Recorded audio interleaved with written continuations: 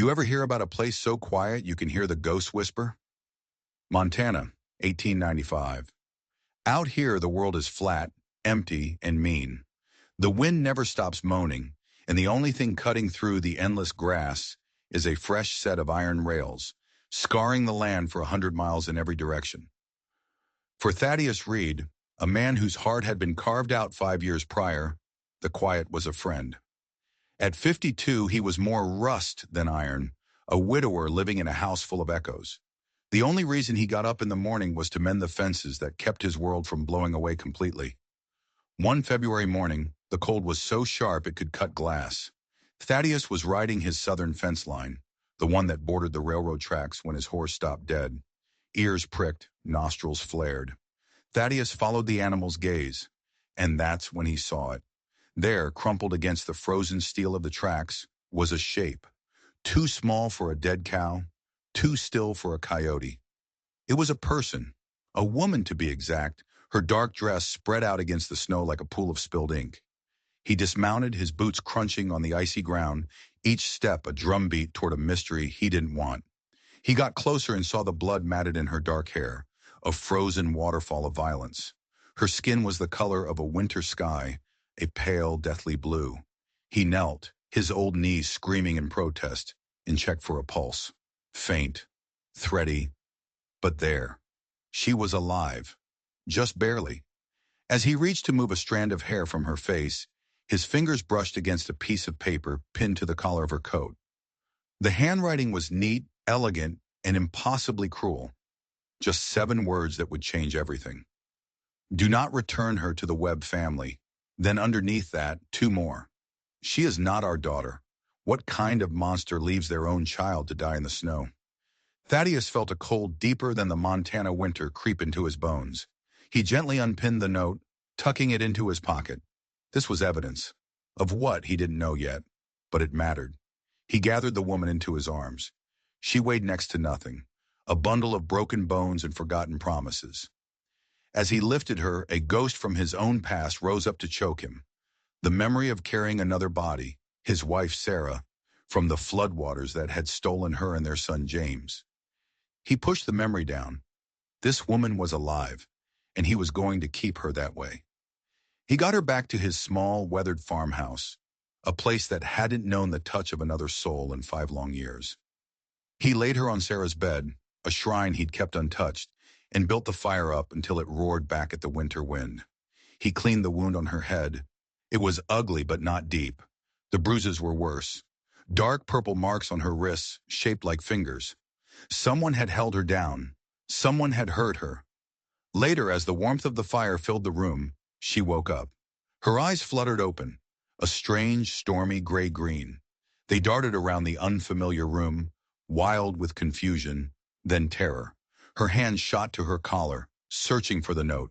"It's safe," Thaddeus said from his chair by the fire. "I have it." Her voice was a dry rasp. "I'll be gone by morning." "You'll go when you can stand," he said, his tone leaving no room for argument. "My name is Thaddeus Reed. You're safe here." She looked at him, her eyes filled with a weary suspicion that said she'd never known a kindness that didn't come with a price. "Esther," she whispered. "Esther Mills." Mills, not Webb. She'd already cast off the name of the people who'd cast her out. That night, Thaddeus sat vigil in his rocking chair, listening to her fevered whispers. "Didn't mean to shame them," she mumbled in her sleep. "I just wanted to breathe." He stared into the fire and wondered what kind of shame was so terrible it earned a death sentence in the snow. The next morning, while Esther sat on the porch, letting the weak winter sun touch her face, Thaddeus decided to wash her tattered clothes. As he emptied the pockets of her dress, something else fell out. Not a note, but a small, folded piece of paper, worn soft with countless readings. He knew he shouldn't. It was her private business. But he couldn't stop himself. He unfolded it. It was a birth certificate, yellowed with age. It read, "Esther Ann Blackwood, born to Lillian Blackwood, father unknown, Blackwood." So she wasn't a Webb by blood. That explained the note. They had cast out a child who was never really theirs to begin with. He carefully folded the document, his mind racing. He thought he understood. But that's the thing about secrets. You pull on one thread, and you never know what monster you'll unravel at the other end. He tucked the certificate back into the pocket of her dress before putting it in the wash basin. Then his fingers brushed against something else, something hard and metallic, hidden deep in the seam of the pocket. He worked it free. It was a man's cufflink, silver, elegant, and heavy, and engraved on its surface was a symbol he didn't recognize. A stylized bird of prey, its wings spread wide. It wasn't a family crest he'd ever seen. It felt important, dangerous even. He closed his fist around it. This, this he would keep to himself. For now.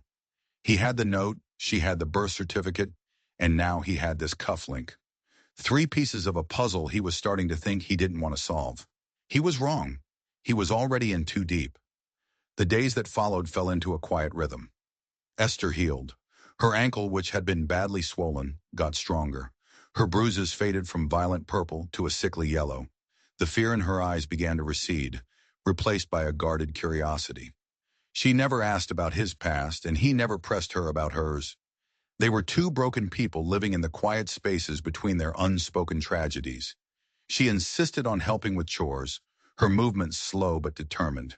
She fed the chickens, mended his shirts with neat, tiny stitches, and learned the sounds of his old house. Thaddeus found himself getting used to her presence, to the soft footfalls on the floorboards, to another shadow moving through the lamplight in the evenings. He'd started writing again. For years, he'd kept a journal, filling it with stories of the forgotten people of the prairie. It was a habit he'd picked up after the flood, a way to make sense of a world that had taken everything from him. One evening, Esther saw him writing and asked to read it. He hesitated, then handed her the leather-bound book. He watched as her eyes scanned the pages. She looked up, a new understanding in her gaze. "You were a teacher," she said. It wasn't a question. He nodded. Before the flood took my wife and son." The words came out easier than he expected. He told her their names, Sarah and James, speaking them aloud for the first time in years. A dam of grief broke inside him, just a little, and in the space it left, something else began to grow. 2 weeks later, her ankle was strong enough for a trip to town. They needed supplies, and Esther was tired of being confined to the farm. She wanted to feel the world under her feet again, but the world hadn't forgotten her. The moment they stepped onto the main street, the whispers started. Like dust devils, they spun up out of nowhere. Women stopped talking as they passed. Men tipped their hats to Thaddeus but let their eyes linger on Esther with a mixture of pity and contempt. "That's the Webb girl," they'd mutter, the one they threw out. Inside the general store, the shopkeeper, a sour-faced man named Finch, greeted Thaddeus while pointedly ignoring Esther. "I can hear you, Mr. Finch," Esther said, her voice quiet but clear as a bell. "I'm standing right here." Finch had the decency to blush. "Miss Webb." "Mills," she corrected, her chin high. "My name is Esther Mills." Just then, the door opened and another man walked in. He was tall, dressed in a well-made suit that spoke of money and travel. His eyes, though, were kind. "Thaddeus," the man said, a warm smile spreading across his face. "It's been too long." "Clayton," Thaddeus replied, shaking his hand. "Clayton Parker. Didn't know you were back." "Railroad business," Clayton said. His gaze shifted to Esther, polite and curious. "And who is this?" "Esther Mills," Thaddeus said, his tone making it clear he wouldn't welcome questions. "She's staying at my farm." Clayton nodded, the perfect gentleman. "Any friend of Thaddeus is a friend of mine." He turned back to Thaddeus. "I need to talk to you. The railroad is making a new offer for that southern section of your land. A generous one." Thaddeus's expression hardened. "The answer's the same as last time, Clay. It's not for sale." As they spoke, Esther happened to glance out the window, across the dusty street, and her blood ran cold.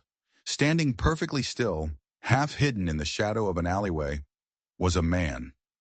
Well-dressed, his face a mask of cold fury, and he was staring right at her. "Thaddeus," she whispered, her voice tight with panic. "Who is that?" Thaddeus followed her gaze. His body went rigid. "Victor Webb," he said, his voice a low growl. "The eldest son." He was looking for her. The family that had thrown her away hadn't forgotten her after all. They wanted to finish the job. As they loaded their supplies into the wagon, Esther could feel Victor's eyes on her back, a physical weight of malice. She didn't dare look back, but Thaddeus did, and what he saw made his hand go still. Across the street, Victor Webb gave a subtle, almost imperceptible nod, and the man who nodded back, standing on the porch of the general store, a friendly smile still plastered on his face, was Clayton Parker, his old friend, the railroad man. He was working with Victor, the friendly greeting, the offer for the land. It was all a lie, a performance. Thaddeus felt a trap closing around them. They weren't just up against a cruel family. They were up against the railroad. And in 1895, Montana, the railroad was more powerful than God. As their wagon pulled away, Thaddeus glanced at Esther. She was pale, her hands clenched in her lap. She had no idea how deep this danger ran. She thought the enemy was the man watching from the alley. She didn't know the enemy had just shaken her hand and smiled. The ride back to the farm was thick with a silence that Thaddeus didn't dare break. How could he tell her? How could he explain that their one potential ally in town was a snake, coiled and ready to strike? When they got back to the house, the fragile peace they had built was shattered. The air was tense, charged with the unspoken threat that had followed them home. That night, Clayton Parker rode out to the farm, just as Thaddeus knew he would. He arrived looking concerned, playing the part of the old friend perfectly. Esther, unaware of the betrayal Thaddeus had witnessed, invited him in. "I came to warn you," Clayton said, his voice low and serious as he accepted a cup of coffee. "I heard things in town after you left. Victor Webb is not a man to be trifled with. He's telling people you're unstable, Esther." Esther flinched. "That's a lie." "Of course it is," Clayton said smoothly. "But Victor is powerful. His word carries weight. And there's more." He paused for dramatic effect. "Your adoptive parents, they were killed in a carriage accident 2 weeks ago." The coffee cup trembled in Esther's hand. Dead. The people who had raised her, then discarded her. Gone. She didn't know what to feel. "Victor has been named executor of their estate," Clayton continued, "and apparently your adoptive mother, Elizabeth, left a provision for you in the will, a sizable inheritance." Thaddeus watched him, his face a stone mask. It all made sense now. Victor wasn't just trying to silence Esther. He was trying to steal her inheritance. "Victor is telling people you had to be removed from the family for your own safety," Clayton said, looking directly at Esther with his kind, lying eyes. "He's planning to have you declared legally incompetent. If he succeeds, he'll control your inheritance. And you'll be sent to an asylum." The word hung in the air like a death sentence. "He won't stop," Esther whispered. "Not until he has it all." "I can help," Clayton offered. "I have connections. A lawyer in Montana City. We can fight this. But you both need to be careful. Victor has men everywhere. He was a master actor. He laid out the threat and offered the solution, all in one breath. He was positioning himself as their savior while tightening the noose. After he left, promising to return with a plan, Thaddeus felt the silver cufflink heavy in his pocket, the stylized bird of prey, the railroad's logo. He had to know. He waited until Esther was distracted, tending to the fire. Then he walked over to her, his heart pounding. He held out the cufflink in his open palm. "What is this?" he asked, his voice rough. Esther looked at the cufflink, and all the color drained from her face. She looked like she'd seen a ghost.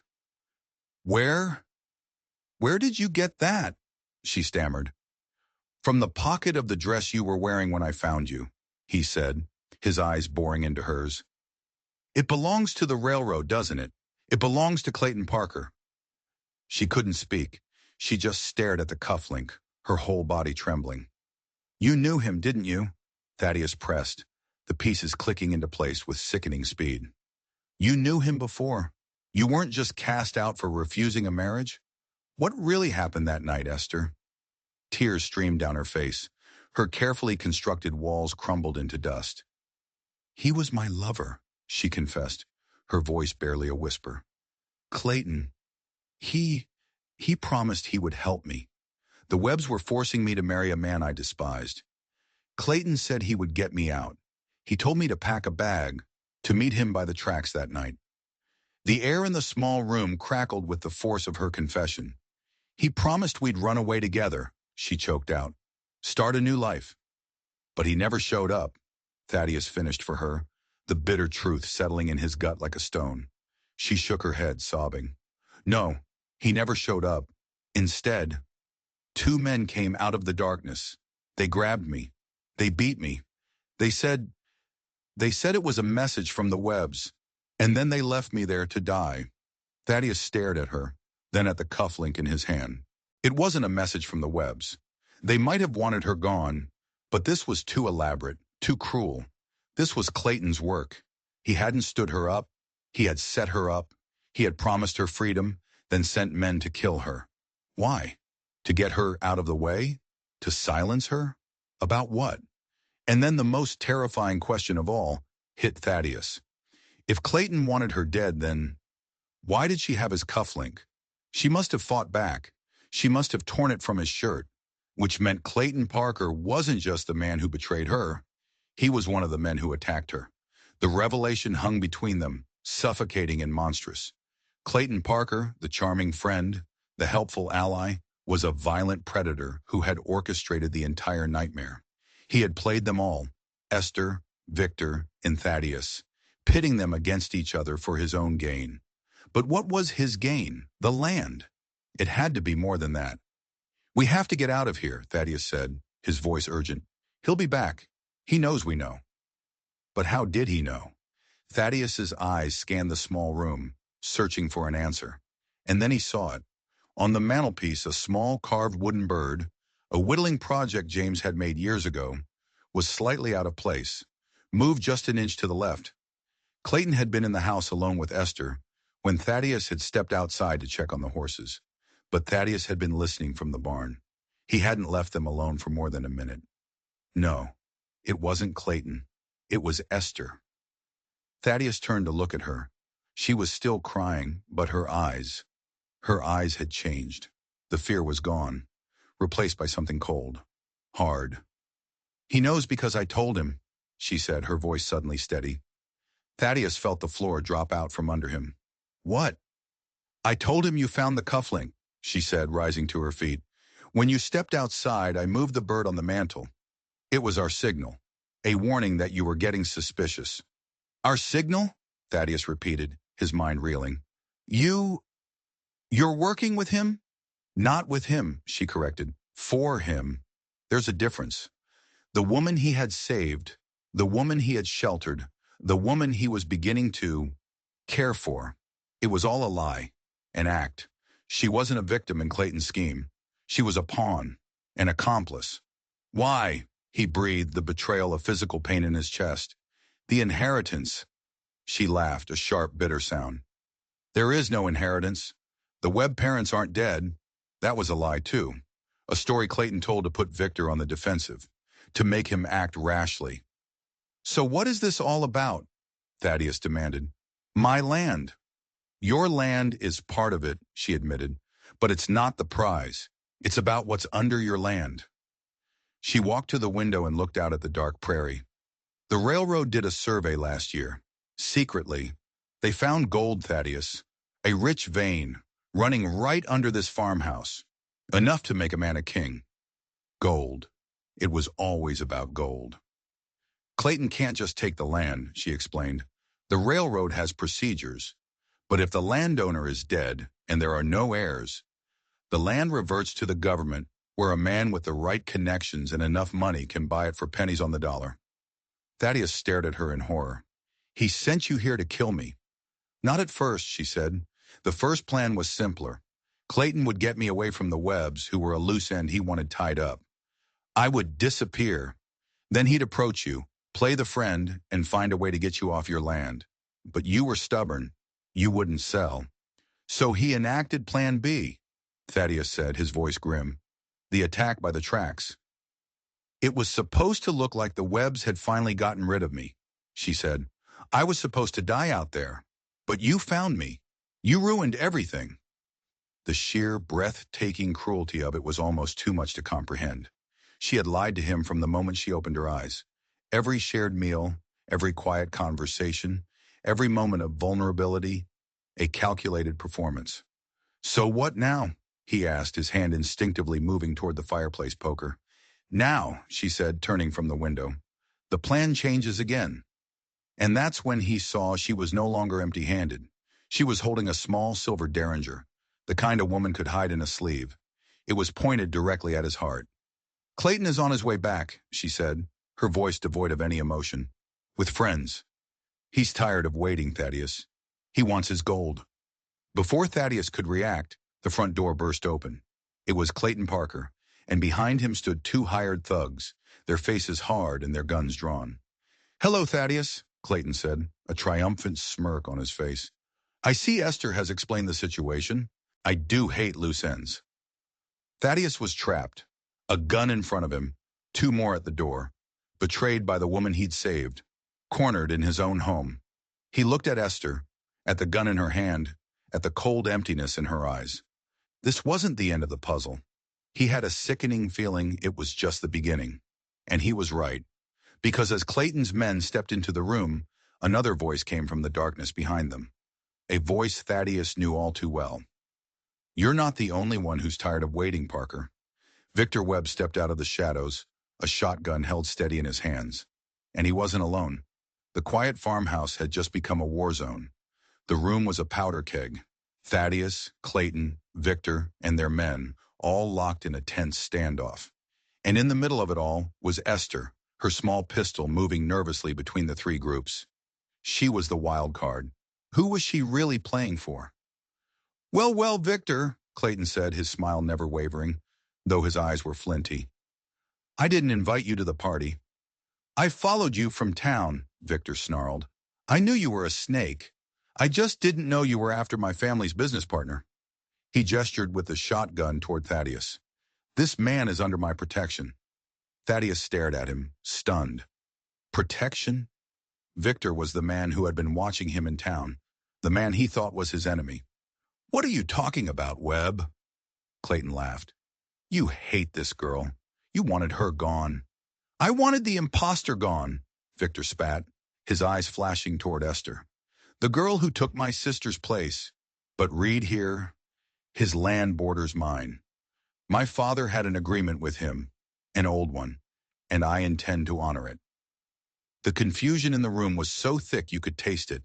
Esther looked utterly lost, her gun wavering. This was not part of the plan. "Enough of this," one of Clayton's men growled, raising his pistol toward Victor. It was the only opening Thaddeus needed. He wasn't a young man, but he was a veteran of the war, and his instincts were sharp. He lunged not at Clayton, but at the oil lamp on the table. He smashed it against the floor. The room plunged into darkness, punctuated by a sudden whoosh of flame as the oil ignited on the floorboards. A single gunshot rang out in the blackness, deafeningly loud in the small space. Then chaos. Men were shouting, bumping into each other. The fire was spreading fast, eating up the dry wood of the old farmhouse. Smoke filled the air, acrid and choking. Thaddeus dropped to the floor, crawling beneath the smoke. He could hear Victor yelling orders to his men, Clayton cursing in the dark. He had to get out. He crawled toward where he knew the back door was. A body stumbled over him. He grabbed an ankle and pulled. A man crashed to the floor, his gun clattering away. Thaddeus didn't wait to see who it was. He kept moving. He burst out the back door, gasping for clean, cold air. The night was lit by the hellish orange glow of his burning home. Everything he had left in the world was turning to ash. He heard footsteps behind him. He turned, ready to fight, and saw Esther stumbling out of the smoke, coughing and gasping. "We have to go," she yelled, grabbing his arm. "Go with you," he spat, shaking her off. "You betrayed me. You held a gun on me. There was no other way," she cried, her face desperate in the flickering firelight. "Don't you see? It was all an act. I had to make him believe I was on his side." "What are you talking about?" "The cufflink," she said, her words tumbling out in a rush. "When you showed it to me, I knew he'd come for us. I knew he'd kill us both to keep his secret. My only chance was to pretend to join him, to get close to him, to wait for an opportunity." He stared at her, wanting to believe her, but the sting of her betrayal was too fresh. "The gun you were holding," he began. "Wasn't loaded," she finished. "Clayton gave it to me himself. He thought it was a sign of trust. The fool." Could it be true? Was her entire confession just another layer of deception, a desperate gambit to survive? Before he could process it, the sound of hoofbeats thundered toward them. Clayton and his men were escaping on their horses. But they weren't just fleeing. One of them turned in the saddle, leveling his rifle. Not at Thaddeus, at Esther. Clayton knew she'd double-crossed him. Thaddeus reacted without thinking. He shoved Esther to the ground, throwing his own body over hers as a shot rang out, the bullet whining past his ear. They lay there, breathless, as the hoofbeats faded into the distance. His home, his history, was a raging inferno behind them. He was lying on top of a woman who was either the most brilliant actor he'd ever met, or the devil herself. He pushed himself up, his mind a whirlwind of doubt and confusion.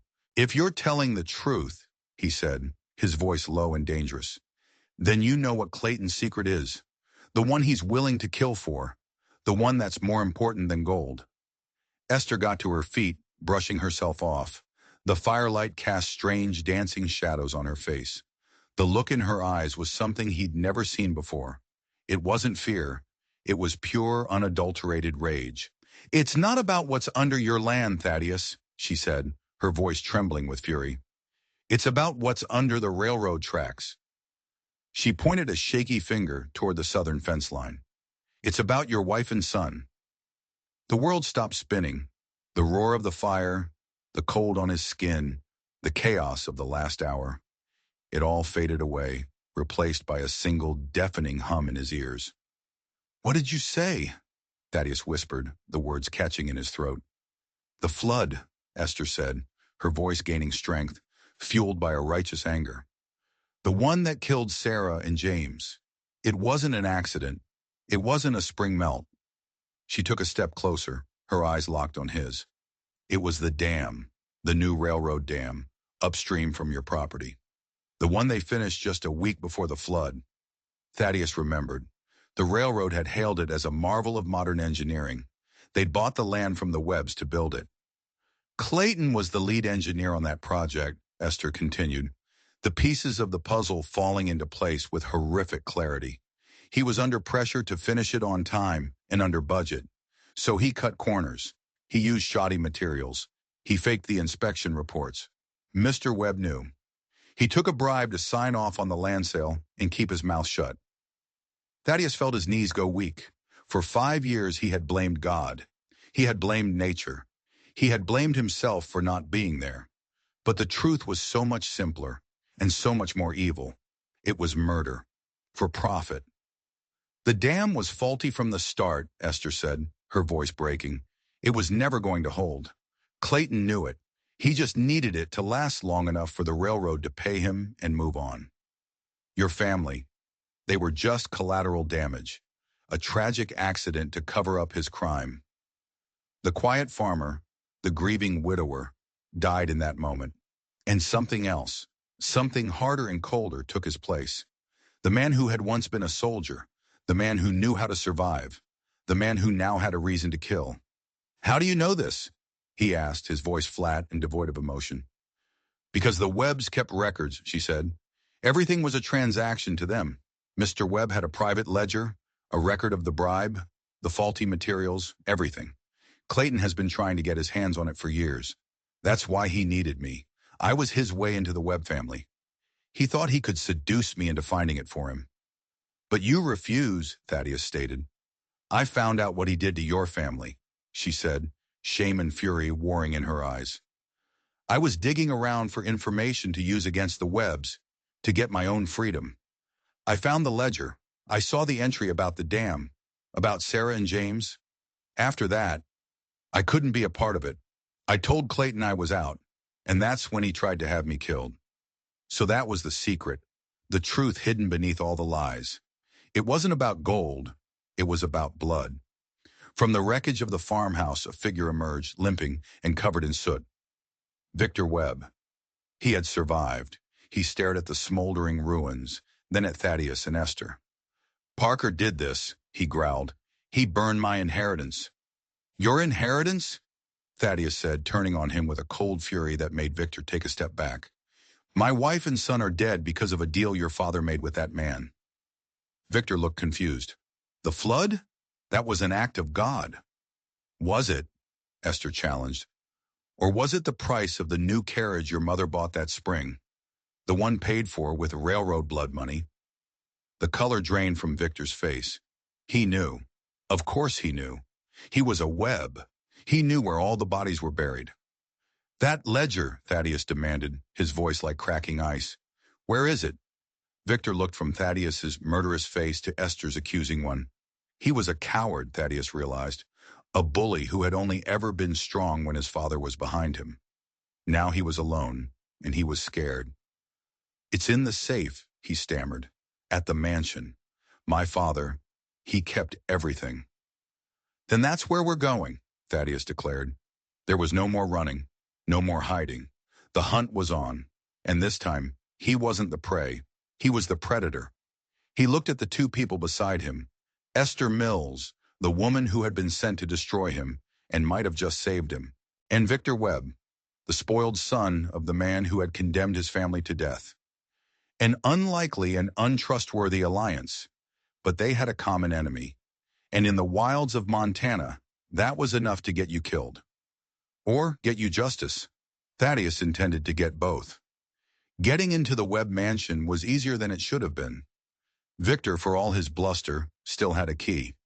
The three of them slipped through the back entrance, like ghosts, into a house that was a monument to stolen money and dark secrets. The mansion was silent, cavernous. Every footstep echoed on the marble floors. It felt wrong being there, like trespassing in a tomb. The study, Victor whispered, leading them down a long, dark hallway lined with portraits of stern-faced ancestors. The safe is behind the painting of my grandfather.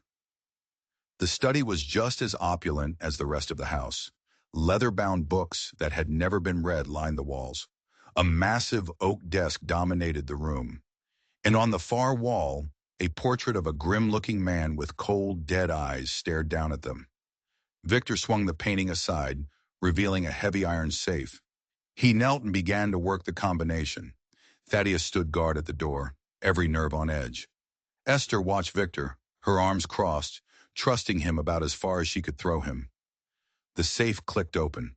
Victor reached inside and pulled out a thick, leather-bound ledger. He held it up with a triumphant look on his face. Here it is, he said, the proof that will ruin Clayton Parker and the railroad. He handed the ledger to Thaddeus. Thaddeus opened it, his hands trembling slightly.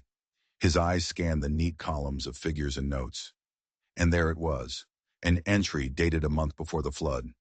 Payment from C. Parker, TC Railroad, dam project discretion, followed by a sum of money that could buy a whole county.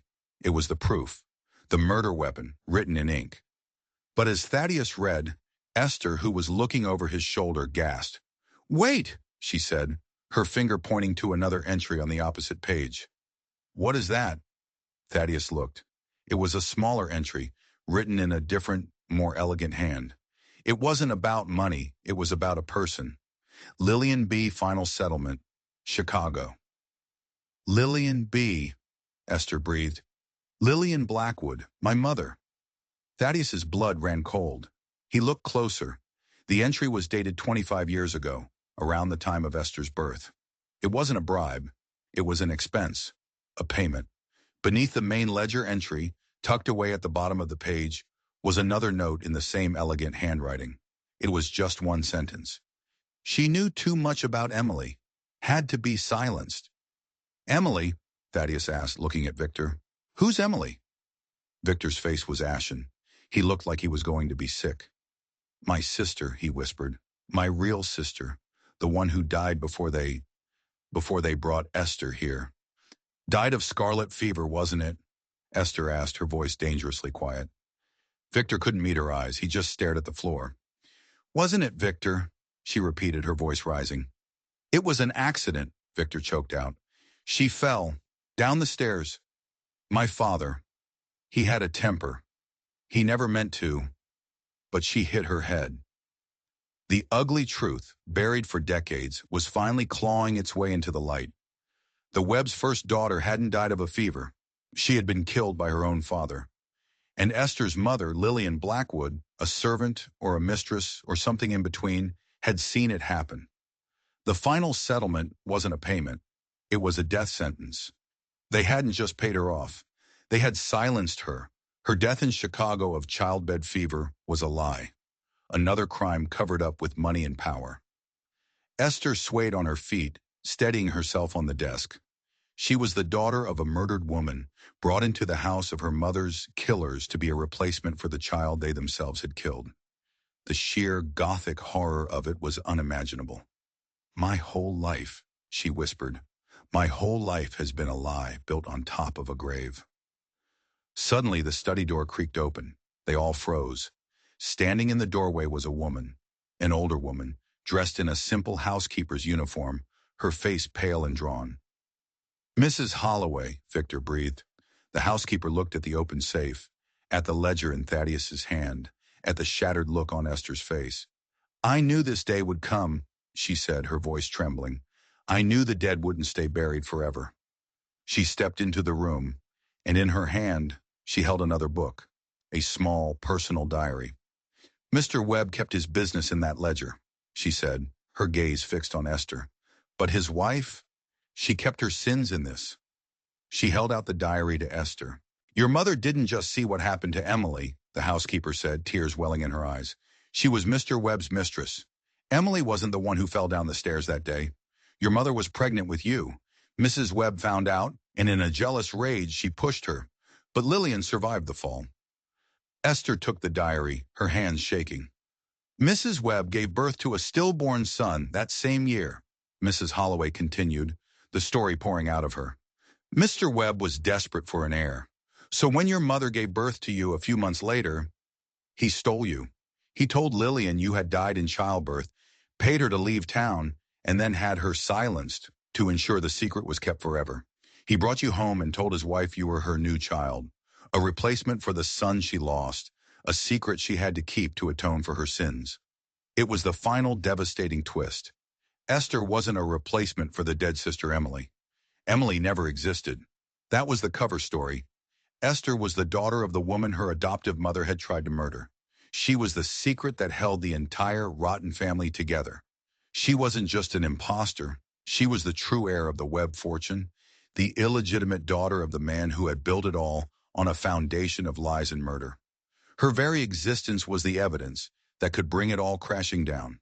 And at that moment, they heard the sound of carriage wheels on the gravel driveway outside, followed by the heavy thud of boots on the front porch. Clayton Parker had found them, and he hadn't come for a conversation.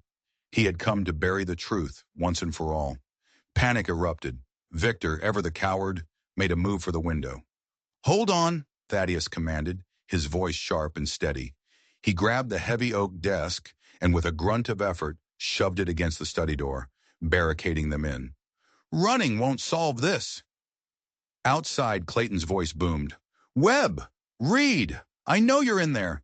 Give me the ledger and the girl, and I might let you live." "He's lying," Esther said, her initial shock hardening into a cold resolve. She clutched her mother's diary to her chest like a shield. "He can't let any of us live. We know too much." "There's another way out," Mrs. Holloway, the housekeeper, said urgently. "A servant's passage, behind the bookshelf." She hurried to a section of the wall and pulled on a fake book. With a groan of old mechanics, the bookshelf swung inward, revealing a dark, narrow passage. "It leads to the kitchens, then out to the gardens," she explained. "Go. Quickly." "You're not coming?" Thaddeus asked. She shook her head, a strange calmness on her face. "This is my home. I've kept its secrets for 30 years. It's time I face them." She picked up a heavy silver letter opener from the desk, her expression grim. "I'll buy you some time." There was no time to argue. Heavy blows were already raining down on the study door. Thaddeus grabbed the ledger, Esther grabbed Victor's arm, and they plunged into the darkness of the secret passage. The passage was tight, dusty, and smelled of mice and decay. They could hear the splintering of wood behind them as Clayton's men broke through the door, followed by a short, sharp scream from Mrs. Holloway. Thaddeus flinched but didn't stop. Her sacrifice could not be in vain. They stumbled out into the massive dark kitchen, then out a back door into the manicured gardens. The night was cold and moonless. They ran across the lawn, heading for the cover of the trees that bordered the estate. They were almost there when the back door of the mansion burst open, spilling light across the lawn. Silhouetted in the doorway was Clayton Parker, a rifle in his hands. "There!" he shouted. A shot rang out. Victor screamed and crumpled to the ground, clutching his leg. "Go!" he yelled at Esther and Thaddeus. "Get the ledger to the sheriff! Avenge me!" Even in his final moments, he was dramatic. Thaddeus didn't hesitate. He grabbed Esther's hand and pulled her into the woods. Another shot kicked up dirt by his feet. They ran blindly, branches whipping at their faces, their lungs burning. They could hear Clayton and his men crashing through the underbrush behind them, getting closer. They burst out of the woods and onto a familiar stretch of land, the railroad tracks. They were back where it all started. In the distance, Thaddeus heard it, the low, mournful whistle of an approaching train, the midnight freight. "This way!" he yelled, pulling Esther along the tracks. The light from the locomotive grew brighter, cutting a brilliant cone through the darkness. Their pursuers were closing in. They could hear their shouts. "There's a trestle bridge up ahead," Thaddeus said, his mind racing. "Over the canyon. If we can make it across—" It was their only chance. They sprinted, the gravel of the rail bed crunching under their feet. The bridge was a skeleton of wood and iron, stretching out over a black, dizzying abyss. The train was getting closer, its rumbling shaking the very ground beneath them. They were halfway across the bridge when the train's whistle shrieked, a deafening blast of warning. It was on them. At the same time, Clayton and his men appeared at the other end of the bridge, blocking their path. They were trapped. A chasm below, a train behind, and killers in front. "It's over, Reed," Clayton yelled, leveling his rifle. Thaddeus looked at Esther. Her face was pale in the train's headlight, but her eyes were defiant. She was holding the diary and the ledger. The truth. He made a decision. "When I say so, jump!" he yelled over the roar of the train. "What?" she screamed back. "Are you insane?" "Trust me," he shouted. He shoved the ledger into his coat, turned to face the oncoming train, and held his ground. The engineer was laying on the horn. The brakes were screaming, but the massive engine was too heavy to stop in time. Clayton lowered his rifle, a look of disbelief on his face. He thought Thaddeus was choosing suicide. The train was feet away, a wall of steel and steam. "Now!" Thaddeus roared. He grabbed Esther and leaped off the side of the bridge into the black emptiness of the canyon. For a heart-stopping second, there was nothing but the rush of wind and the thunder of the train passing just inches above their heads. Then they hit the water. The shock of the icy river was like being stabbed with 1,000 knives. The current was powerful, pulling them under, tumbling them over and over in the darkness. Thaddeus held on to Esther with a death grip, fighting his way back to the surface. They broke through, gasping, choking, and freezing. The train was thundering overhead, and from the bridge they could hear Clayton cursing, unable to see them in the churning black water. The current swept them downstream, away from the bridge, away from the gunfire that was now peppering the water randomly. They were alive, battered, half-drowned, and freezing to death. But alive. They had the truth, and they had survived. The fight wasn't over. Clayton Parker thought he had won, thought they were dead at the bottom of the canyon. He had no idea that Thaddeus Reed was a man who had already lost everything once. He wasn't about to let it happen again. The hunt wasn't over. It had just moved to a new battleground. Dawn broke, gray and unforgiving. Thaddeus and Esther crawled out of the river a mile downstream from the bridge, their bodies numb with cold, their clothes frozen stiff. They were alive, but just barely. They huddled together for warmth behind a cluster of rocks, the precious ledger and diary tucked safely inside Thaddeus's coat, wrapped in oilskin he kept for emergencies. "He thinks we're dead," Esther chattered, her teeth knocking together uncontrollably. "That gives us an advantage," Thaddeus said, his own voice rough. "But not for long. When he doesn't find our bodies, he'll know. We have to get to the sheriff in Helena before he does." It was a 20-mile walk through rough country with no food, no dry clothes, and killers hunting them. Their chances were slim, but as the sun rose higher, they heard something that changed everything. the clatter of a horse and wagon on a nearby service road. It was the town doctor making his rounds. He took one look at their half-frozen state, bundled them into his wagon under a pile of blankets, and, after hearing a heavily edited version of their story, agreed to take them to the sheriff. When they walked into the Helena sheriff's office, they looked like ghosts. The sheriff, a weary but honest man named Dunn, listened to their incredible story with growing alarm. He examined the ledger, his eyes widening at the entry about the dam. He read passages from the diary, his face hardening into a grim mask. "I've known the Webbs were crooked for years," he said when they were finished. "But this is monstrous. Clayton Parker is the devil himself." "He's not just a devil, Sheriff," Thaddeus said. "He's the lead agent for the Transcontinental Railroad. He has money, power, and an army of hired guns. You can't just arrest him." "You're right," Dunn said, strapping on his gun belt. "Which is why we're not going to. We're going to expose him." His plan was simple and brilliant. The railroad was hosting a large public ceremony in town that afternoon, celebrating the completion of a new spur line.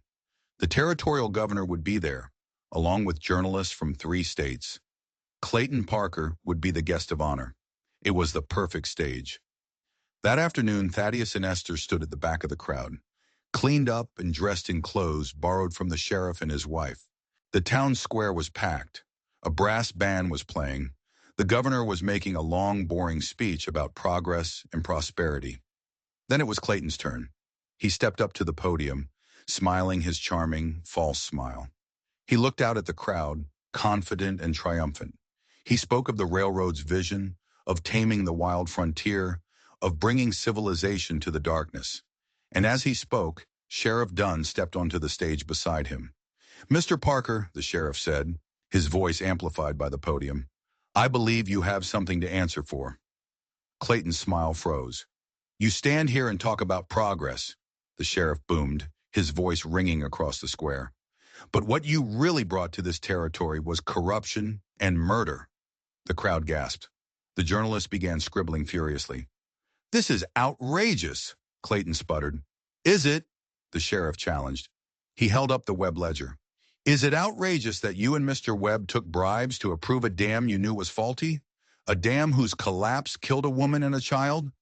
He then held up the diary. "Is it outrageous that the Webb family's fortune was built on the murder of a young girl and the theft of her child?" He pointed a finger at the back of the crowd. "And is it outrageous that the rightful heir to that fortune, Miss Esther Mills Webb, is standing right there?" Every head in the square turned. They stared at Esther, the woman they had whispered about, the woman they had scorned. Now they saw her for what she was, a survivor. Clayton Parker was finished. His face was a mask of pure hatred. He saw Thaddeus and Esther, and in a final desperate act of violence, he pulled a pistol from his coat and fired into the crowd.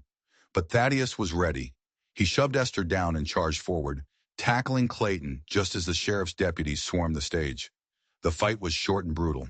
When it was over, Clayton Parker was in handcuffs, his reign of terror over. Justice had been served, not in a quiet courtroom, but in the court of public opinion, with the truth as the only weapon. 1 year later, Esther sat on the porch of a new farmhouse, built on the ashes of the old one. The land was theirs now. The gold vein Thaddeus didn't even know he had was officially his, and the Webb fortune was officially hers. They had combined their resources, using the money not for themselves, but to establish a fund to help other families who had been cheated and broken by the railroad's relentless march. The air was warm. The sky was a brilliant blue. In the distance, a train whistle blew, but it was no longer a mournful sound. It was a sound of connection, of a world moving forward. Thaddeus came and sat in the rocker beside her. They had found a quiet, comfortable peace together, 2 broken souls made whole by a shared fight for the truth. "Do you ever think about them?" she asked softly. "Every day," he said, taking her hand. "Sarah and James, your mother Lillian, even Mrs. Holloway, they're not forgotten. Not anymore." He looked at her, at the strength and resilience in her eyes. "You gave their stories a voice, Esther." "No," she said, squeezing his hand. "We did."